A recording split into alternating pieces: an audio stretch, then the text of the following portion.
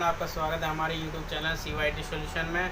आज हम आपको बताएंगे 1005 प्रिंटर में उसकी रीडिंग कैसे देखते हैं, कितने प्रिंट आउट निकले हुए हैं। ये हमारे पास प्रिंटर है 1005। आप ये पहले जाना है आपको मेनू में, इसके बाद जाना है आपको साइड्स में, साइड से क्लिक करना है यहाँ से, फिर रिपोर्ट में, फिर ओके करना है। ओके करने के बाद फिर साइड में क्लिक करना है, फिर एक बार और क्लिक करना है आपको।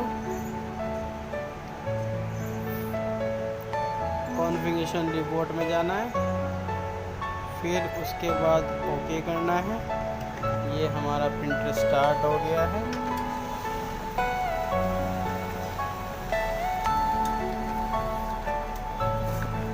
ये देखिए, ये हम यहाँ पर देख सकते हैं हमारे प्रिंटर से कितनी कॉपी निकली हुई है। हमारे प्रिंटर से 3,65,337 कॉपी निकली हुई है।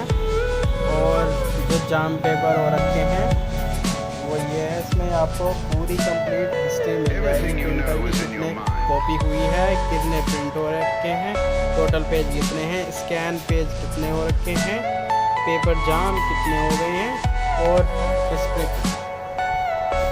ओके फ्रेंड, ये कंप्लीट हिस्ट्री है इसकी।